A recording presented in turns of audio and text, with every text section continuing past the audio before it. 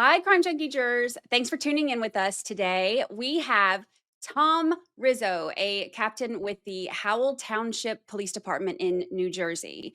He's an analyst for On Patrol Live and most recently was inducted into the National Law Enforcement Officer Hall of Fame. Tom is here to talk to Indeed. us about crime scene investigations and give us a law enforcement perspective on the Karen Reed case. So, Tom, thank you so much for joining us. The pleasure is all mine. A super big fan. So just to have the opportunity to work with you guys it leaves me speechless. So I love it. Thank you so much. Thank you. Same. I'm so excited to have you here. So Yeah. I'm really excited, especially because of how this case is. I'm really excited to Yeah. pick your brain with the law enforcement side of this, Sure. because obviously with this case, there's law enforcement involved with every case, but in this one, a lot of the witnesses are also law enforcement. So I'm excited to hear your perspective. Now, Sure. law enforcement officers work with the prosecution Yeah. leading up to the trial a lot. Can you kind of explain what are some of the things that they would typically help with? Yeah, sure. Well, like you said, right, we're part of the same team. Right? We do our part, and then they do their part to see our efforts hopefully come to a successful conclusion. So, from the preparation of the case to make sure everything that has to be done was done and done properly. So, are there sometimes things that, when it comes to whether it's online submissions or the completion of certain reports or certain forms, it's making sure it's as comprehensively as complete of a package so that it's prepped accordingly for the proceedings to come forward. So there's constant communication. Hey, we need this, we're missing that. So it doesn't necessarily mean that there's been voids. It just sometimes means that we have to kind of collaborate. It'll be assigned to a specific prosecutor, and then we become kind of cohorts until the court proceeding. So it's constant communication from the onset of the investigation into the submission of everything thereafter. Gotcha. Now, there have been many different jurisdictions involved in Yeah. this case. Why is that? Well, it comes down to like anything else, resources, right? Not necessarily competencies, but resources. So, all too often, when high profile incidents happen in low profile impact areas, it's that surprise, right? We can't make a dollar out of 15 cents. So it's actually not a shock to somebody like me. I get it if you're not in the industry, but it's not a shock to somebody like me to see several agencies, collaborate on something like this. I've experienced it personally several times. It just comes down to resources. Depending on jurisdiction, area to area, you'll see this on a day in, day out basis, albeit not as high profile of an incident, but it's very common. And then there's also state driven protocols in certain states as to, hey, if you have this happen, the parent agency, by virtue of policy procedure, has to be the oversight and take over the initial efforts. So that happens all the time. Gotcha. And that's what we saw in this case, right? Because Canton Police Department has to turn unattended deaths over to Massachusetts State Police. Exactly. And Gotcha. listen, like I said before, I get it, right? To an outsider, that would automatically trigger, oh, see, they must have not known what they were doing, or no, they don't have a choice. So, although you're the initial response agency, you do what you can to put the pieces together to then just literally take your package and hand it over. Now, it doesn't mean you're completely absolved from participation, as we've seen here. No different. So you're still going to be tasked with certain things, and you'll be included, and you'll be a part of the collective process. But that wasn't like hey, we can't handle it, we got to make a phone call. It doesn't work. Now, like I said, all the time we're in the process of recruiting others to make sure that we put together a comprehensive investigation. Happens all the time. Mm. Now, there's also been a lot of talk in this case about Boston Police Department. Now, the victim was a Boston police officer. The yard where he was found belongs to another Boston police officer, but the Boston Police Department, would have no reason to get involved in this one, correct? Well, so that's kind of a multifaceted way question, and I have to answer it in different helmets, right? So let's put the helmet on as let's talk about what it is modern day. it's way more of a salacious story, and it spreads, virally when you can incorporate a large organ. So that automatically is something we have to be cognizant of. We say, oh shoot, this is what we have here. And I'm being very straight with you. This is what the way the mindset is when you're dealing with this. Hey, just a heads up, we're dealing with, so and so who's a Boston police officer, or we're dealing with so and so who might be a politician, so and so who might be a celebrity. Right away you're thinking that way. Now, criminally, no. However, is part of very much so, like, every agency has manuals, personnel manuals, and different types of rules and regulations that would require police encounters off duty, right? That, yes, then the department does get involved. So that could be from totally different perspective now. So no, it has nothing to do with what are the elements of the case here on how to investigate it. But it does not mean that they wouldn't become involved to say, hey, potentially we may have one of our employees that was involved, and whatever the case may be. I give you the example totally as an aside. If a police officer is a victim of a domestic violence, doesn't have to be an offender, I'm saying, so just a total victim, they have an obligation as to their employer has to become notified. So if I'm living in a town that I'm not even associated with, but you find out I belong to this agency, well then yeah, they would get involved. Mm. But in this, the relevance of the criminal investigation, just the mere fact that it's involving people who are employed by, that's not who would have any part in investigating the actual criminal scene. No. Okay, so when a person is found unresponsive at a scene, what are the first steps as law enforcement that would be taken? Unresponsive, you initially go to life-saving measures, right? That's going to be first and foremost. Again, different regions vary in terms of their protocols, but like, we are not equipped, even if we are fully certified as EMTs, we're not equipped to make a pronouncement of death. Now, again, are we allowed to behave in a way where there are clear signs that somebody has already passed away? Then yes, of course. It's not like we're not going to try to render life-saving measures when somebody has clearly, been deceased. So that's that. But we treat everything coming upon that as if it's going to be large, and then we use deductive reasoning. We don't ever want to go backwards. So we take every precaution and almost assume a criminal or suspicious element until otherwise. I mean, this goes for, suicides, which are, you would say to yourself with, experience, it's clear cut, definitely self-inflicted. It doesn't matter. We'll still treat that as a potential criminal event in terms of how many resources we recruit and to take all the precautionary measures, certainly. Gotcha. So when you suspect that it is foul play like if you Sure. think that there's foul play suspected Yeah. and the scene becomes a crime scene, Yeah. what are your steps on handling that? Like as far as trying to protect the crime scene and Yeah. protect, any evidence? Yeah. So, and that's always the toughest piece of the puzzle, right? Preservation of evidence and the preservation of the sanctity of the crime scene is key. Why? We all know that's going to come in as crucial as to how we put the pieces of the puzzle together at a later time.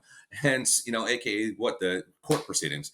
So, preservation is key. If you ever want to see, behind the scenes, that is always prime season for bickering and fighting, because you'll get the, hey, don't touch that.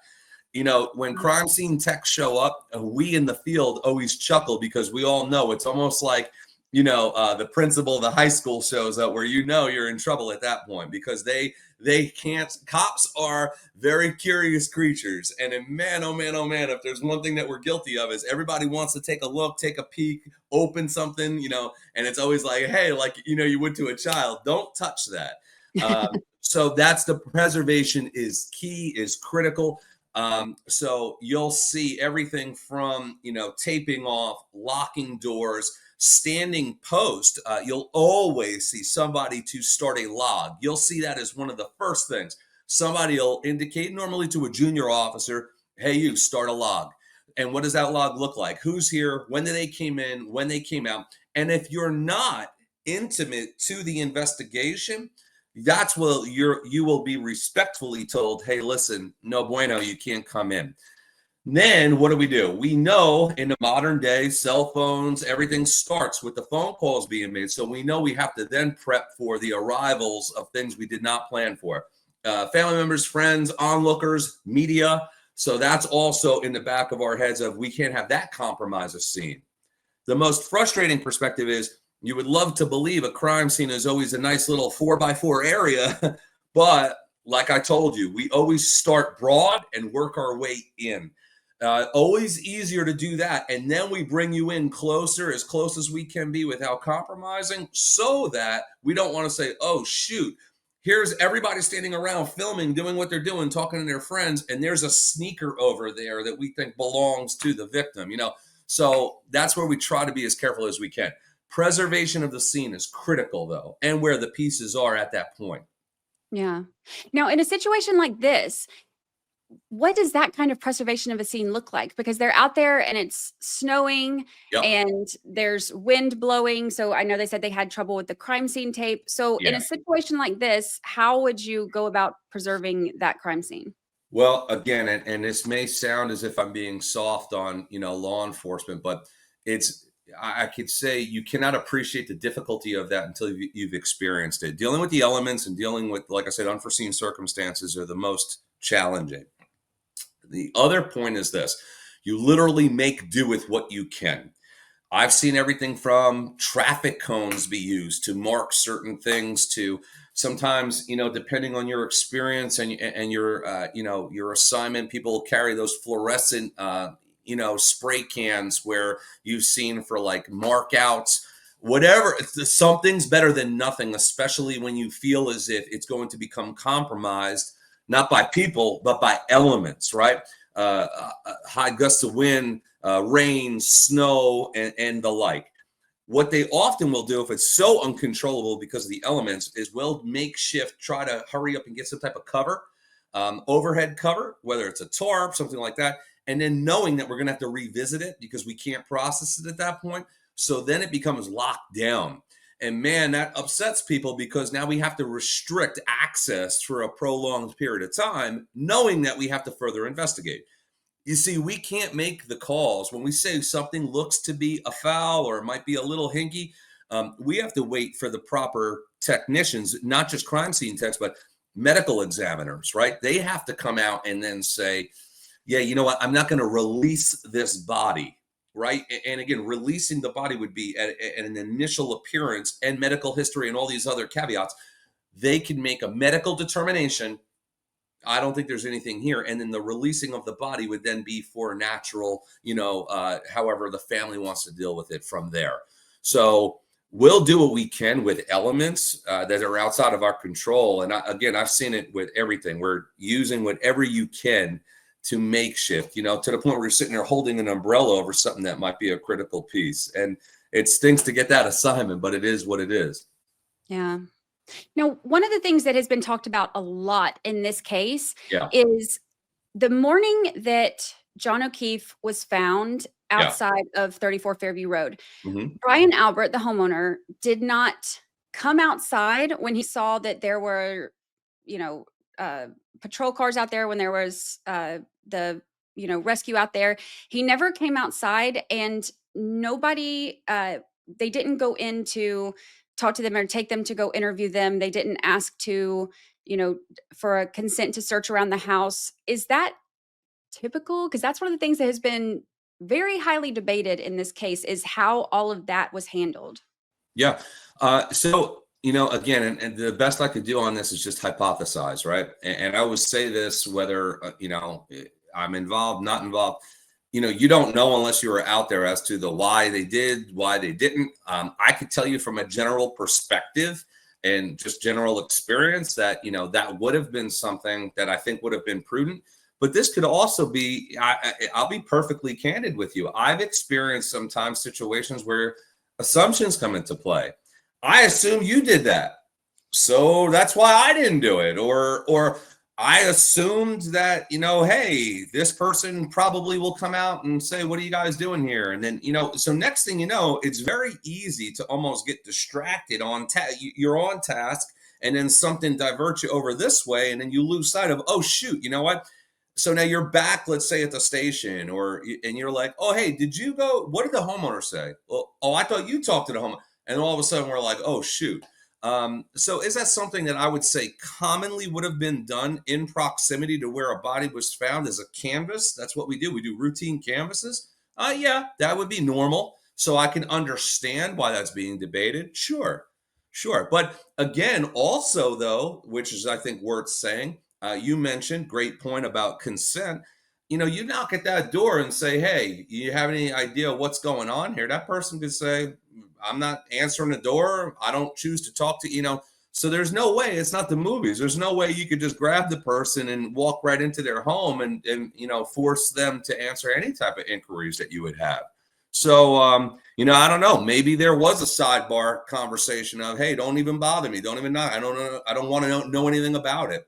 Which again, I don't know those particulars. I'm sure maybe they had their reasons, but I would say as a general answer to your question, yes, that would be common procedure to do a knock and talk and say, hey, do you have any idea what's going on out here, or see anything or hear anything? Do you have a camera? Those types of things.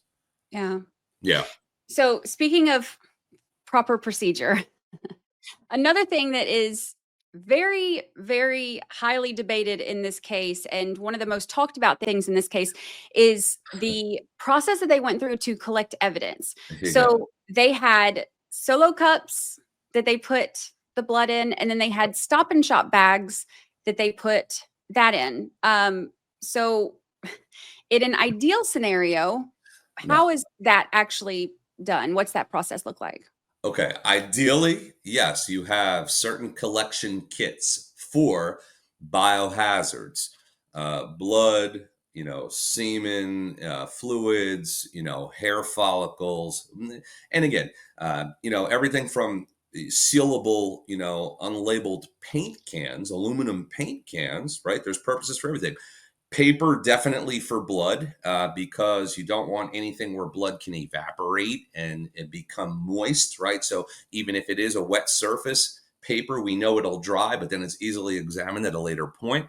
But yeah, listen, I read, this from the solo cups to the Stop and Shop, I read all this stuff, and some of that stuff, I get it. It makes good headlines, but again, I say this very impartially, try doing it. That would be my answer.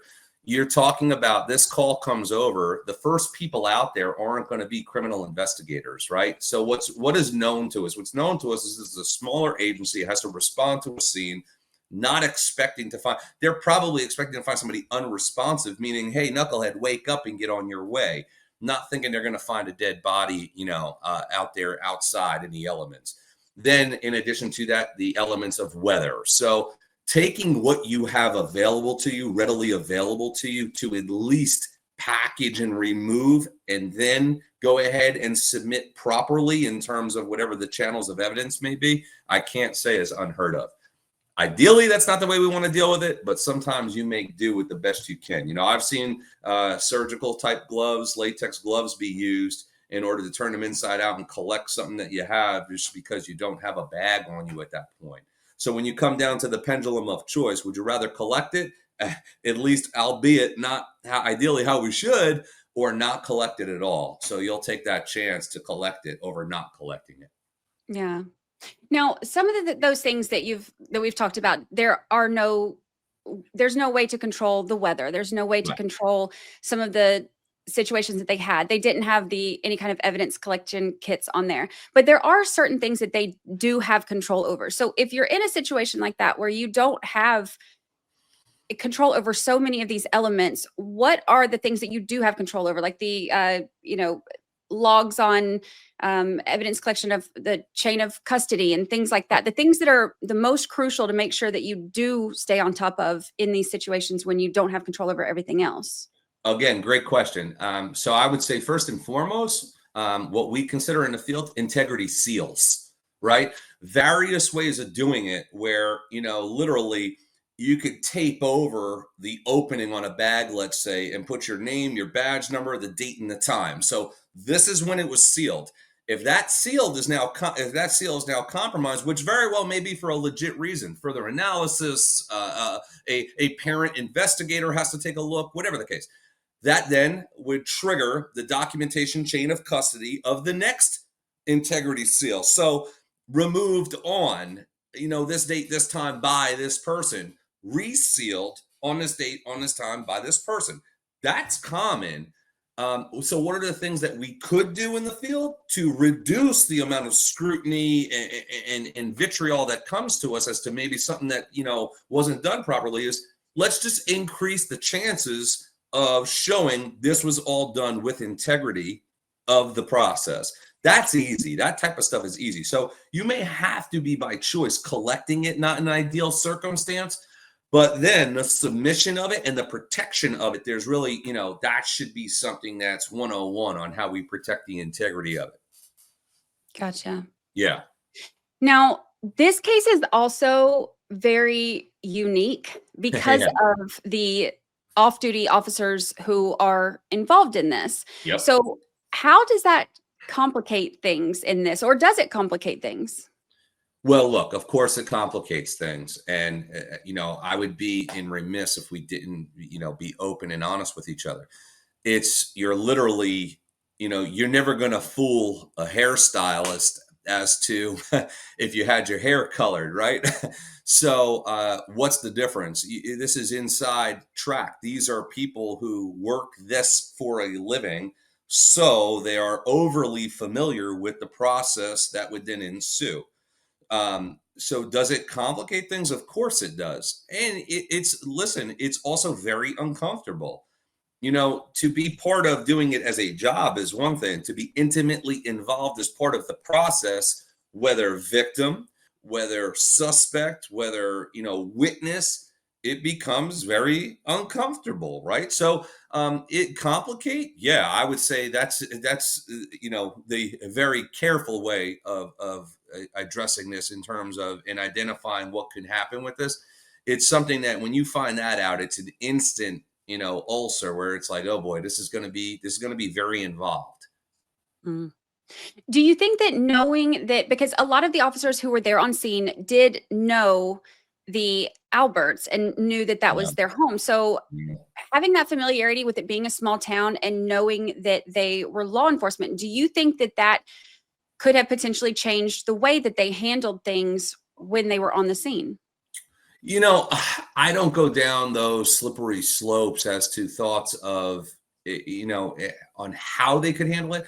I'll tell you this much personal experience, it would offer some sort of comfort, I think, to see a familiar face, right? So, you could, by having that relationship and that connection, it could be, hey, listen, you know what we need here. We're trying to put these pieces of the puzzle together. We just need to know kind of like what happened.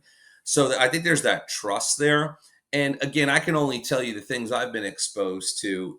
There's that professional courtesy, let's say, of you're going to treat people. We do our best to treat people well, regardless of the affiliation. But there's also that appreciation for now. You talk about mixed bag of emotions. They're familiar with that family, yes, but then they're also looking at, no matter what the cause was, a police officer who's deceased now and knowing that, hey, that then triggers like it's always tough. We don't love dealing with those types of notifications or those types of circumstances from strangers, never mind somebody that is a young man, a police officer who's now deceased. That now you're talking about a department that has to deal with that grief, a family.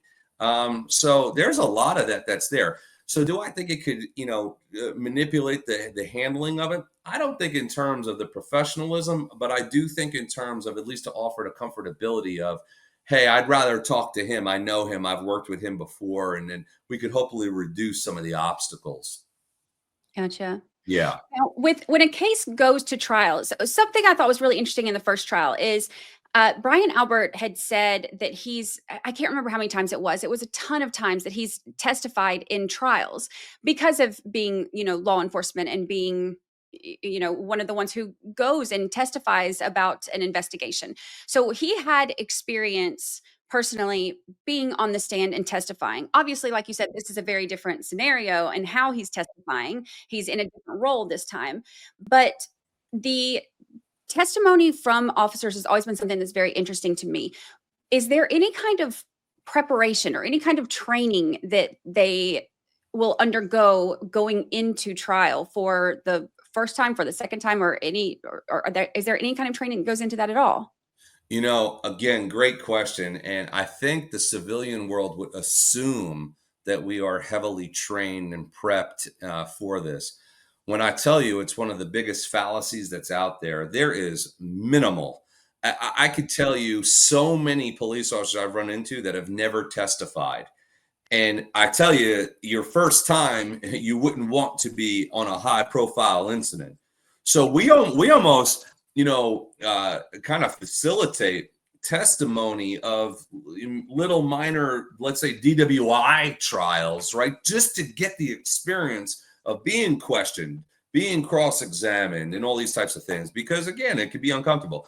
So there is not. Now that's where you asked prior in the interview. You asked about what does it look like, the relationship between the prosecution and the police. That's where a little bit of that will happen. The prosecution will help prepare us of, hey, listen, looking at the facts and circumstances of this case, we can only assume the defense is going to ask these types of things. So let's prepare you as to why would you do. It's not offering us what to say, but it's preparing us for the circumstance that, hey, listen, you got to be prepared to be asked that question and how it is that you're going to respond to it. But again, that is one of those things that I say all the time, man, baptism by fire until you do it. And there's several in the field that unfortunately it's just not a very common thing. So there's not a huge emphasis on training for that. Gotcha. Yeah. Now, with this one going to trial for the second time, what does that look like for the department and for the officers who investigated it when they're going back to trial to testify again? Is there any kind of preparation into, this is how it went last time, let's look at how it's going to go this time, or is it just kind of going and seeing how it goes again? No, listen, I think both sides are going to analyze, round one. Why wouldn't you? The frustrating part, and it's the best way I could say it, is it's like an instant injection of anxiety. You talk about like it'll probably trigger some trauma of, oh man, we don't. It's like these are one of those things where first and foremost you want the closure. So you want the closure, for the victim and for whatever the case is. Let's hopefully bring a conclusion as to hopefully some resolution as to some answers, because that's always the thing. Everybody wants the answers. What happened here? So you want that. But then organizationally, the drain on the resources, the logistics, it's not like that there's some type of magic fund that will then replace the people that are going to be needed for these things. And it's not like you're automatically taking a small department and you're tying up that investigator, that police officer for several. It's not like the only time that officer has to be pulled away from their normal day-to-day is just for the court appearance. There's all sorts of trial prep, going over documents, reviewing reports. I mean, that it's almost impossible to still work your routine assignment. And on a smaller agency, the drain on resources is intense. Yeah. Now, speaking of the drain on resources, if with them going into a second trial, so they've gone through it the first time, it was a hung jury. Yeah. So now you know that there's going to be a second trial. Is there any follow-up investigation that happens? Are they using those resources to try to go through evidence again or look for more evidence, or do they kind of stick with what they had in the investigation before? Well, so very difficult. There's good luck as far as, it would almost be, feeding yourself your own poison if you were to try to introduce things round two that you had during round one that you had not, right? Because what's going to be the first, then why didn't you bring this up in round one? So there's that. Now, are there other things that could unfold? somebody comes out of the woodwork tonight and makes a phone call and says, hey, listen, my name's Jim Jones, and I just want to tell you I was there that night and this is what I saw. It's not like we have to pretend we're not hearing this. But again, both sides are now going to be privy to this information and make sure all the legal, precedents are covered and abided by to then introduce new. So, that good luck, like I said, unless both sides were already privy to this in round one, there's no way that in round two you could have a surprise element that could impact the outcome of the case. Now, is there the recruitment of outside folks? Both sides will do this naturally. Is there recruitment of outside folks to take a look at what you already have and say, hey, you didn't raise this point. You didn't raise that point. Sure. Sure. Why wouldn't you do that? That's only being prudent, to be comprehensive. So you'll recruit outsiders to say, hey, I want you to take a look at this. And that'll add to the efficacy of your argument as by saying, hey, we have an independent outside expertise source that could take a look at this and say this now. Sure. Mm. Now, has this ever happened in a case that you've been involved with where there was a hung jury and you had to go back to trial again? No, and knock on wood. But I do know I've testified consecutive days. I think my longest I did was 3 days consecutively, Oh my hours and hours. And again, that's why I'm trying to tell you, it's so knowing that, especially from the police perspective, like you walk in and it's one thing to prepare mentally and say, I know what's going to happen, but then to have the experience, to have your credibility attacked, to have, why it is that, you winked, why it is that you might have brushed your nose, why it is that, again, it's one of those things that to keep a calm, cool demeanor and to keep your emotional intelligence in check, it's something that definitely takes years of experience to master. And I don't say that I mastered it, but I'm saying I can empathize with what that feels like. And it's like I said, it's draining mentally, physically, and on the organization as well, for sure. Yeah. If you had to give your best piece of advice for officers who are going to go to a trial to testify for the first time, what would you tell them? Be honest. And what I mean by that is not what, people might think I mean about not lying, but I've seen where it sounds like alphabet soup come out when you're trying to answer something that you're just not prepared to answer. Be prepared for theatrics, because when you're honest and you answer honestly and go, I have no idea.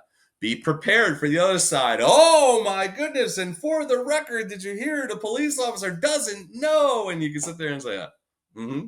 But that sounded a lot better than me trying to come up with an answer. And then you call me on my, on all the inaccuracies of my response. So I always say that to the younger, men and women that I encounter is just be honest. If you don't know something, just say you don't know. If you missed something or you misstepped or you misspoke, you can say, hey, this is where I did that. Again, it's just their job. It's not personal. It feels personal. When it's happening to you, it feels personal. But again, it takes some doing. But I always say I think it's a good thing to experience. I really do. Yeah. I love that answer. Be honest. I love that answer. Yeah. I was expecting, stay calm or, like picture, whatever, it's something in the background. But I love that answer that to be honest.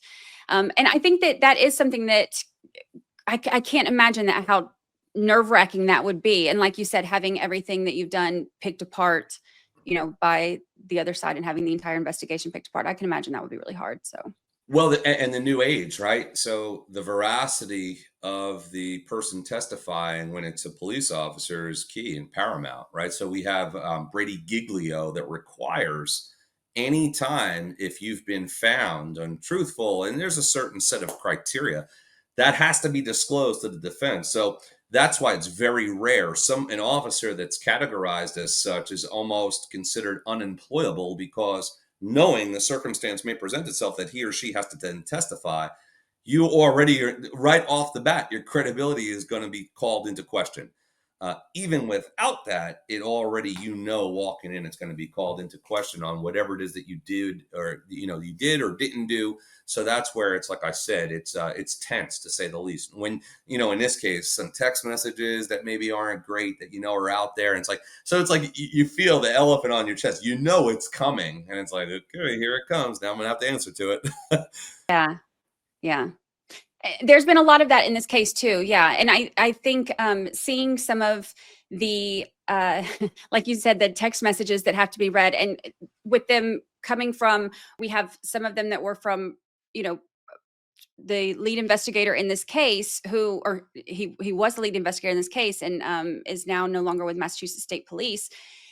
That is uh that's one of the things that I think was one of the most uncomfortable parts of watching that first trial, is having him on the stand with those text messages being read.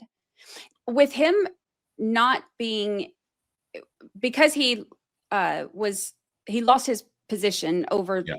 his conduct in this trial, how will that affect this trial going into trial number 2, now that he's no longer employed with Massachusetts State Police? Huge. And this is what pains me. And again, I'm an open book, and I own what I say, and I own what I stand by. This is the thing that pains me when it comes to my field. Everybody's afforded the, innocent until proven guilty. For me, the fact that that's happened, how does that not impact, right? So the defense here is going to definitely, right? I think, well, clearly you thought this guy was so bad that you excommunicated him from your agency. So what can that possibly say about his role in this? So it's like, and now a juror is supposed to sit there and look at that and not think, yeah, they got a point. Now, I'm not defending, I'm not giving you a pro, and I'm not giving you an anti as to what that officer did or didn't do. What I'm saying is, you want to put him on a leave, or you want to do this. I'm saying, at the very least, how about we wait until, this thing sees itself to a conclusion, because it pains me. In my industry, it's very tough. We have to, follow a set of rules when it deals with everybody else, but it seems as if there's such a double standard as to, we are instantly, man, if there's going to be something that's high profile, or it's going to have a negative media outlet, or whatever the case may be, it is just so much easier in my industry to just cut the head off the snake and say, go away with him or her, so that we could say we checked our box here. It's just that's frustrating. Gotcha. Yeah. Well, I am interested to see what happens with this case, Me and too. it's, round 2, see if it's as crazy as round 1. And I thank you so much for taking the time to come answer my questions and let me pick your brain about all this. Tell everybody where we can find you. Yeah, well, first off, I have to thank you, because I love, love, love talking to people about. I think that's one of the things we're lacking. I love talking to people about not what we do, but why it is that we do it. So the fact that you're offering, another avenue and outlet for somebody like me to do this, and to explain these things to folks, it's readily available to them. Thank you. So that, I mean, you had me at hello for that. But yeah, I have a website. It's www.thomasrizzo.com. Very creative. I'm on Instagram at TomRizzo70. You can see me on Friday and Saturday nights, trying to do the same thing we're doing here on Patrol Live, give some analysis, and just doing my best to connect. I do keynotes throughout the country. I wrote a book a few years ago, and I've been very fortunate. I've been to 46 states, and I go all over, and that's where, just got recognized with the Hall of Fame induction.